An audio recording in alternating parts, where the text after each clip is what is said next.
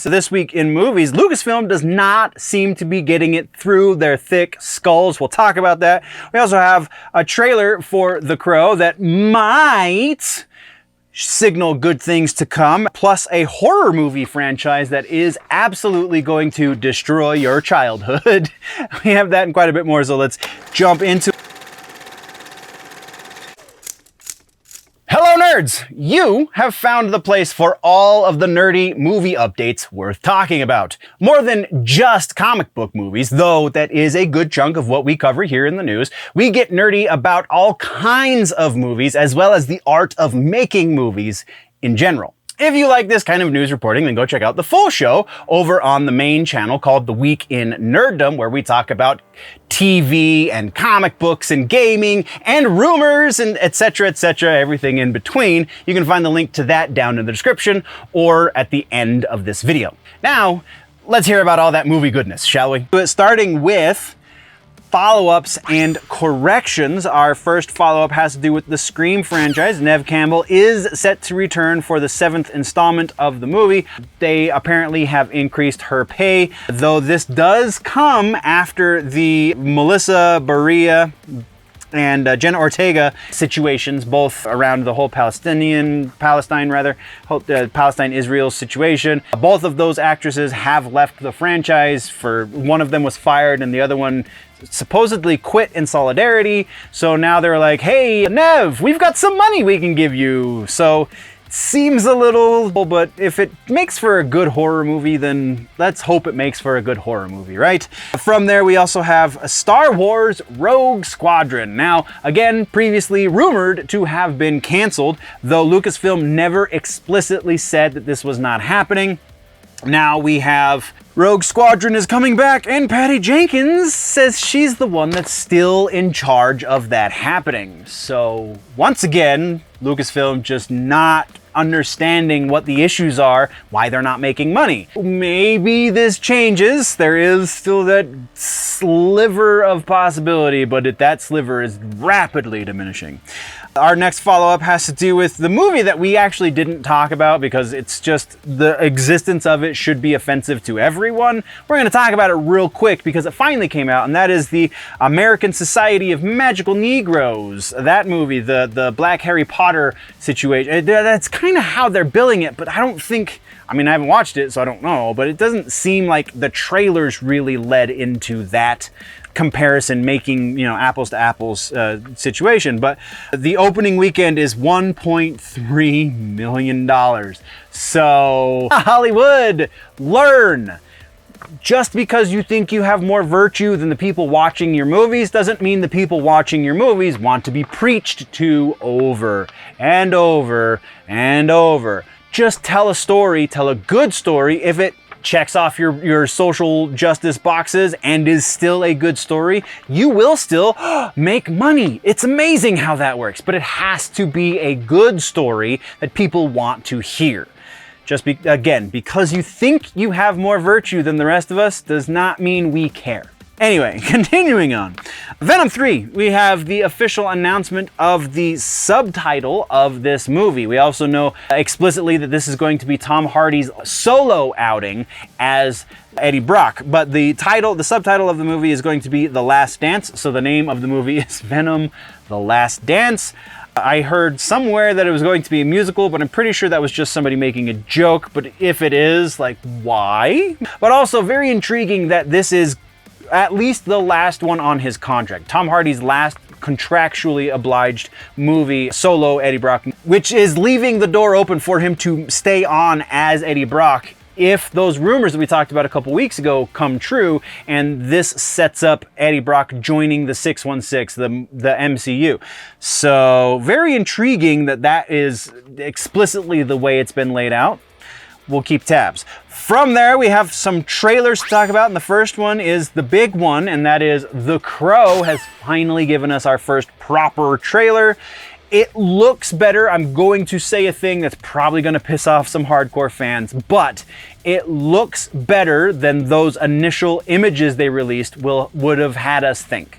That's not to say it looks like it's going to be good, and it absolutely I'm going to lay this one out on the line right now. It is absolutely not going to be nearly as good as the original movie or as the original comic book, because it looks like they're borrowing less from the actual comic book and more from the writer's lived experience, which could still make for an interesting movie. But I don't know, it's the argument of, do you have to then put that into an existing IP, or can't you just create a new IP? So that question very much looms over this movie still.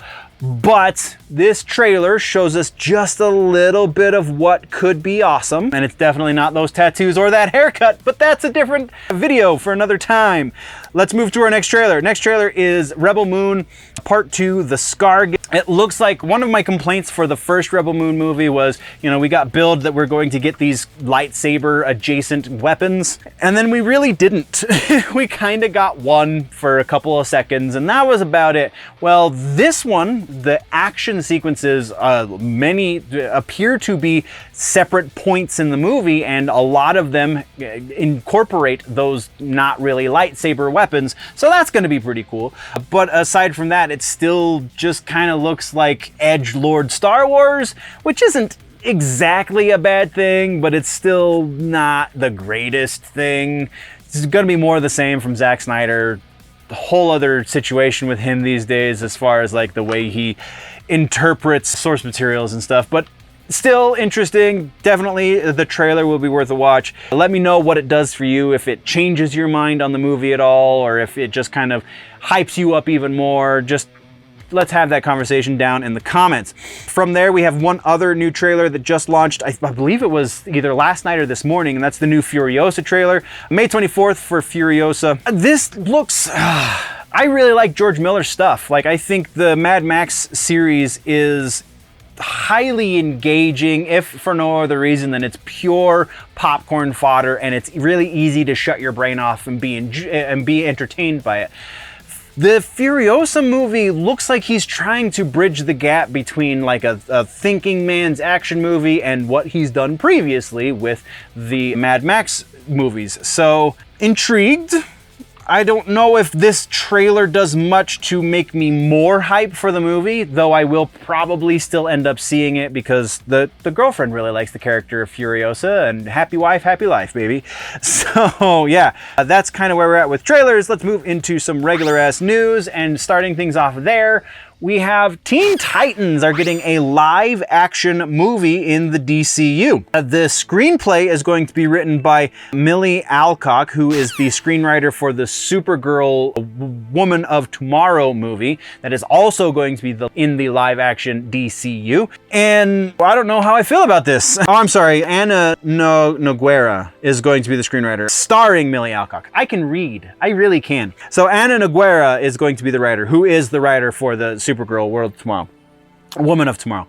So the question was posed online a number of times, actually, as to whether or not this was a necessary movie. All right.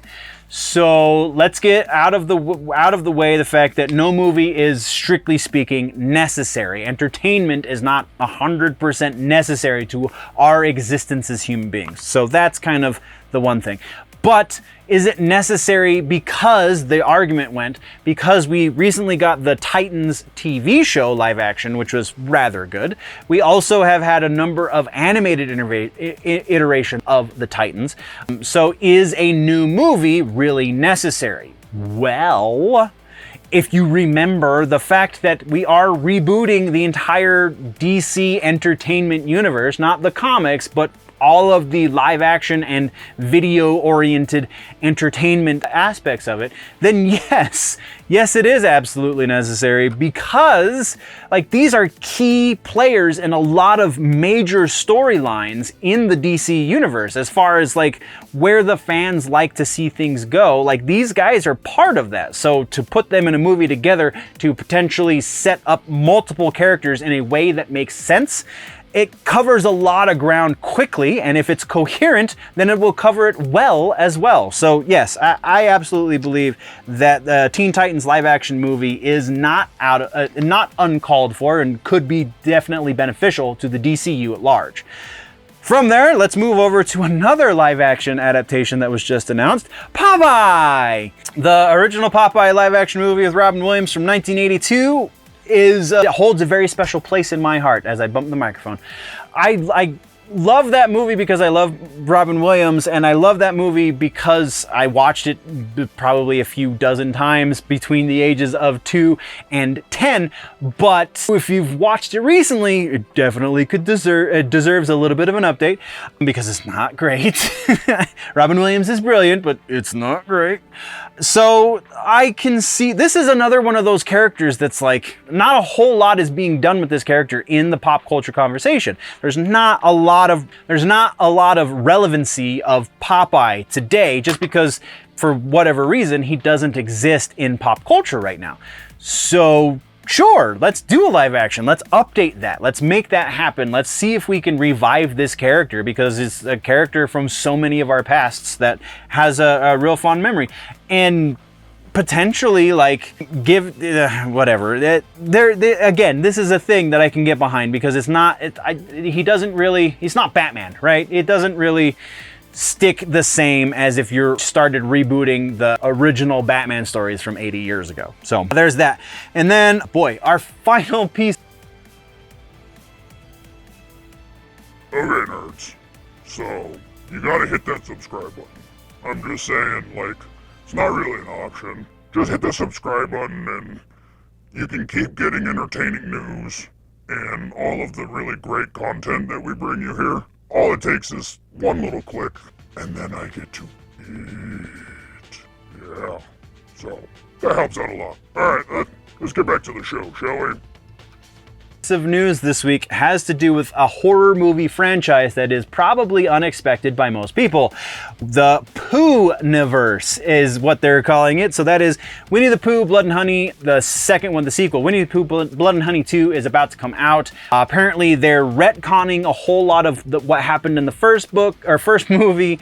As the first movie, they're mythologizing it as having been a movie inside of a movie to a certain degree. So it's like it exists, but it's fiction inside of this new broader fiction that they're creating. So that kind of explains why the characters look different in the trailers and stuff for Winnie the Pooh, Blood and Honey 2. But we're talking about the bigger picture here now. Blood and Honey 2 is going to be setting the stage for a larger universe. We have had release information or information rather that is dealing with the fact that other movies are in production, but it wasn't explicitly connected until now. So those other movies, we have Bambi: The Reckoning, Peter Pan: Neverland Nightmare, Pinocchio: Unstrung, and then there's going to be a final movie that's called Pooh-niverse: Monsters Assemble. So all of the monsters from the adaptations of fairy tales, childhood fairy tales, or I guess fairy tales is not 100% accurate, childhood stories, I guess. All of the monsters from these are going to come together like an Avengers-style monster connection in the Pooh-niverse: Monsters Assemble. And that final movie is coming out in 2025. At least that's the goal right now. They don't have a specific date for it yet, but they are trying to get it out in 2025, which means we've got a lot of really strange horror movies to watch between now and then, and I'm here for it. That sounds like an incredible amount of fun. Winnie the Pooh, Blood and Honey 2 comes out soon. I didn't put the release date on here because it's not exactly what we're talking about, but as the other release dates are announced, we will be talking about them in follow-ups and corrections. That's what we got, though, for regular-ass news. Let's talk about movie suggestion for the week. Movie suggestion, we're going for a comedy this week. Apparently a comedy that's been quite a little while in the making, and it's called Ricky Stenicki over on Amazon Prime, I'm pretty sure is where I watched this. It could have been Max, I don't remember. Either way, Ricky Stenicki, this is a Judd Apatow style comedy. So it's an R-rated comedy that's a modern R-rated comedy, so it's very much slapsticky. I don't know, John Cena just does a lot for me in movies. He just has really great comedic timing. He is very earnest when it comes to time to be serious. I think this dude carries a lot on his very, very broad shoulders, and he does it very, very well. You also got, I can't think of the kid's name. Where is it? Zac Efron. There we go. Hey, I put it in the notes. We also got Zac Efron in here, who does a fair bit of the lifting himself. I think without these two together, this movie wouldn't hit quite the same, but it is freaking hilarious. It is worth the hour-and-a-half time it takes to watch it.